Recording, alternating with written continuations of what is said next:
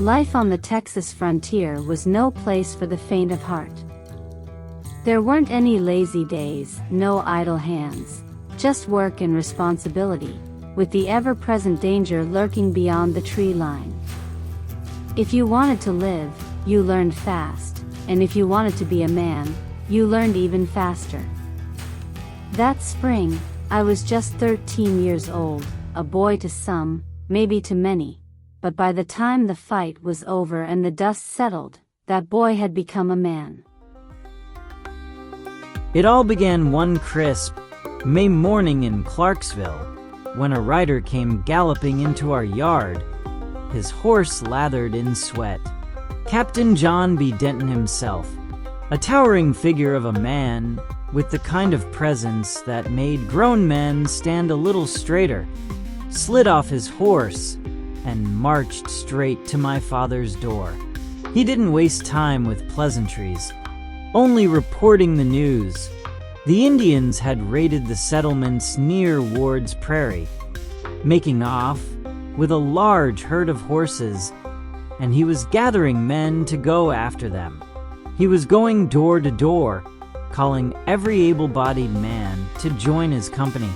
At our house, my father and older brother Henry didn't hesitate to join.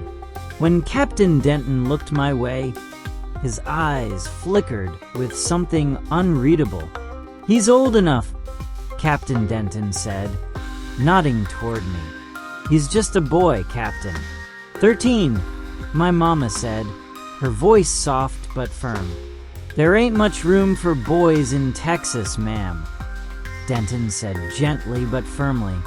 "Not if they want to grow up into men who can protect their own." My mama's lips pressed together, her hands wringing in her apron. She turned, looking at each of her sons in turn. I stood tall and ready to hear her answer. David, just a year younger than me, his eyes burning with emotion. John, only 7, bouncing on his heels, and little Jacob, just 5, clutching the hem of her dress. Finally, her gaze landed back on me. I saw the worry there, the fear there too, but something more, something she didn't show often. Later, I would call it pride. It was brief, but I saw it. David clenched his fists. I could go too. I'm 12, almost 13. My father gave him a sharp look. "No, David, not this time. You'll have your turn soon enough." John and Jacob, too young to understand the gravity of it all, chimed in with protests of their own. "I want to go," John declared. Me too," Jacob echoed. The men chuckled, but my mother's eyes never left mine. My father sighed, then knelt in front of me, gripping my shoulders. "You listen close, William, and you do exactly as you're told. You don't run off, and you don't try to be a hero. You are there to learn." I swallowed hard, my heart pounding in my chest. "Yes, sir." My mother sighed, brushing a calloused hand against my cheek. "Then go, and come back with a grand story for us." By noon, the next day 40 men were gathered at Captain Denton's place. Most had already packed their provisions. Coal flour, parched coffee, fresh-baked bread that wouldn't last long, and enough ammunition to make a grizzly bear think twice. Every man carried a rifle or a shotgun, or both, along with some kind of knife strapped to his belt. There were no fancy guns here, no Winchesters, no 6-shooters, just flintlocks, powder, and lead. The moment that stuck with me most was when Captain Denton's little boy, Bunyan, ran up to his father just as he was about to mount his horse. The little fella threw his arms around his father's neck and, with a voice as sweet as a mockingbird, said, "Dude by Papa." Don't yet do engines dit your scalp. Captain Denton let out a booming laugh, ruffling the boy's hair. Thanks, Bunyan. I'll try not to lose my scalp. The men laughed, but behind their mirth, there was a weight, a silent acknowledgement that some of them might not return. We were split into 8 groups of 5, each with a pack horse to carry the rations and blankets.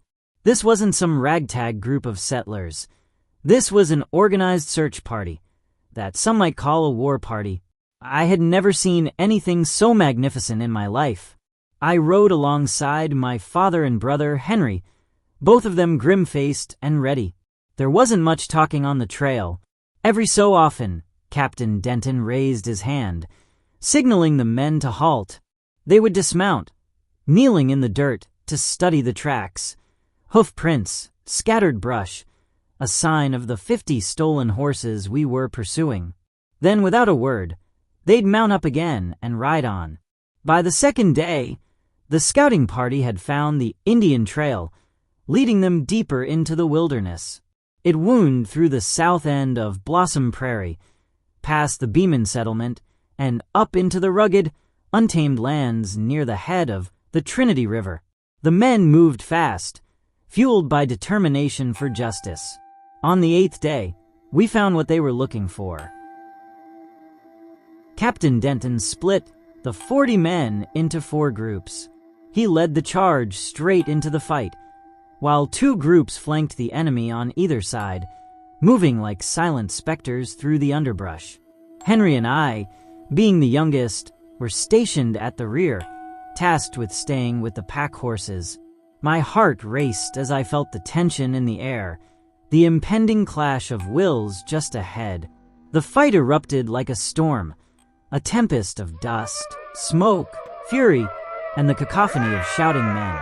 Captain Denton's voice rang out like a battle drum, commanding the charge with a fervor that ignited the spirits of every man around him.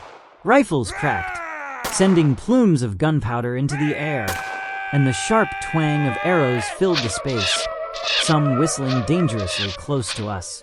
The Indians fought like wild spirits, weaving through the underbrush, their war cries sending shivers down my spine. But the Texas men stood their ground, their resolve unyielding. "Get down!" Henry bellowed, gripping my shoulder and yanking me down to my knees, just as an arrow screamed where my head used to be. It struck a pine tree, and chunks of bark erupted, flying in the air. My eyes widened, my heart hammered against my ribcage, when I saw something dart by the pack horses. I hurled myself to the ground, my fingers grasping for my rifle with urgency, and rolling over and rising in one fluid motion. I rose and aimed over Henry's shoulder, trying to keep the barrel of my gun steady as I fired through 2 pack horses. Henry whirled around, his eyes wide as he caught sight of the Indians sprinting away. I fixed my gaze on the retreating figure. Henry and I ran over to the horses with our guns shouting with defiance. Then, tragedy struck. In the thick of the chaos, I saw Captain Denton fall, an arrow piercing his side. It was as if time slowed. His figure, once so commanding, now faltered. He fought to stand, to keep commanding, but the wound was too great. "Keep pushing them back," he bellowed, his voice strained but unwavering. The men around us fought harder in Denton's name, pushing the Indians back with fierce desperation. The small Indian party, feeling the tide turn against them, vanished into the trees like ghosts, leaving behind all 50 stolen horses. The fighting raged until the enemy was scattered, their stolen prize reclaimed. But amidst the shouts of victory and the relief that washed over the men, a heavy silence settled in my heart. Denton was gone. The weight of loss pressed down on us, a stark reminder of the cost of courage. They'd buried Captain Denton by the creek that they named Denton's Creek. There were no fancy headstones, no grand ceremony, just the whispered prayers from the men who had lost their leader and friend. Then they turned back toward Clarksville, the weight of the loss pressing heavy on their shoulders. The sun had dipped below the horizon, casting long shadows across the rugged landscape as Henry and I rode silently with the other men toward Clarksville, Texas. The journey back was somber, the echoes of the recent battle still fresh in our minds. The loss of Captain Denton weighed heavily on our hearts, each man carrying his memory like a solemn mantle. The recovered horses trotted alongside us, their hooves echoing a gloomy rhythm, their heads bowed in unison with our weary march. It was mid-afternoon when we approached the outskirts of Clarksville. The familiar sights and sounds of the town brought a sense of relief. The distant glow of lanterns and the faint hum of life reminded us of what we had fought to protect. The men straightened in their saddles, their weary spirits lifted by the prospect of home. Henry turned to me, his voice rough but resolute. "We did what we had to do," he said. I nodded, my gaze fixed on the town ahead, unable to form a response. As we rode into Clarksville, the townsfolk emerged to greet us with a mixture of curiosity and gratitude. They had seen the dust rising in the distance and had come to welcome us back, their faces a tapestry of relief and admiration. I felt an unfamiliar swell of pride within me, a feeling that I had longed for but never fully understood until this moment. Dismounting, I handed over the reins of the recovered horses, my hands steady despite the turmoil of emotions swirling inside me. The weight of the battle had transformed me.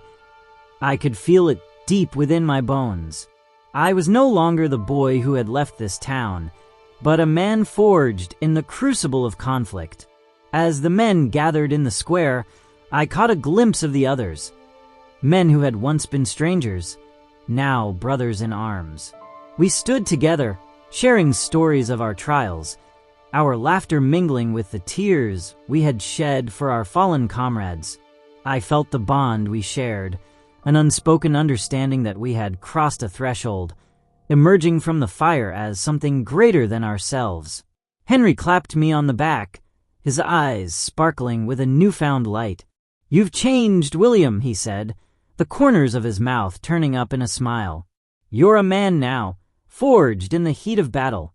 I smiled back, but as I looked around, I knew my journey was just beginning. The town buzzed with life, its rhythm a reminder of the world I had fought to protect. I felt a stirring in my chest.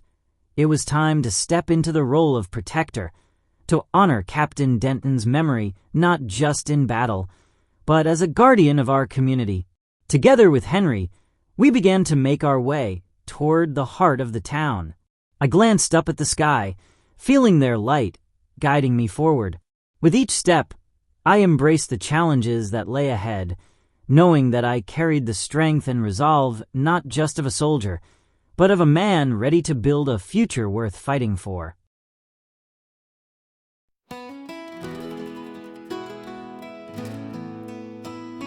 Well, that wraps up another Banta story.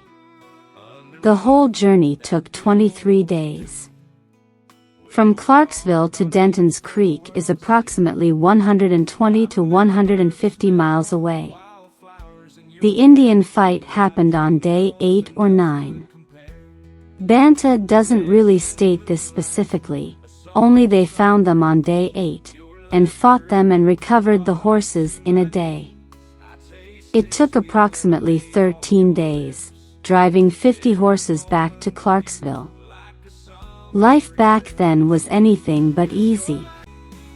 The tales of bravery and sacrifice remind us of the strength it took to face difficulties head-on.